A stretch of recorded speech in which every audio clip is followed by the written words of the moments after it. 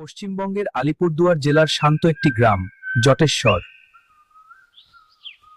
এই গ্রামের দুই অভিন্ন হৃদয় বন্ধু হলো দেবা আর শিবা। দারিদ্র তাদের নিত্যসঙ্গী হলেও বন্ধুত্বের টান তাদের সব দুঃখ ভুলিয়ে দেয়। তারা দুজনেই জটেশ্বর প্রাথমিক বোর্ড স্কুলে পড়ে। প্রতিদিন সকালে একসাথে স্কুলে যায় আর ছুটির পর একসাথেই বাড়ি ফেরে। হ্যাঁ চল। সেদিন ছিল বৃহস্পতিবার। স্কুলের বিশেষ অনুষ্ঠানের জন্য বাড়ি ফিরতে অনেকটা দেরি হয়ে গিয়েছিল। চারপাশ ঘুটঘুট অন্ধকার, রাস্তার দুই পাশে ঘন জঙ্গল, নিস্তব্ধতা যেন ভয় বাড়িয়ে দিচ্ছিল। গ্রামের বড়দের মুখে তারা শুনেছিল এই জঙ্গলের মাঝে আছে এক পুরনো পরিত্যক্ত বাড়ি, যেখানে থাকে এক অতৃপ্ত আত্মা।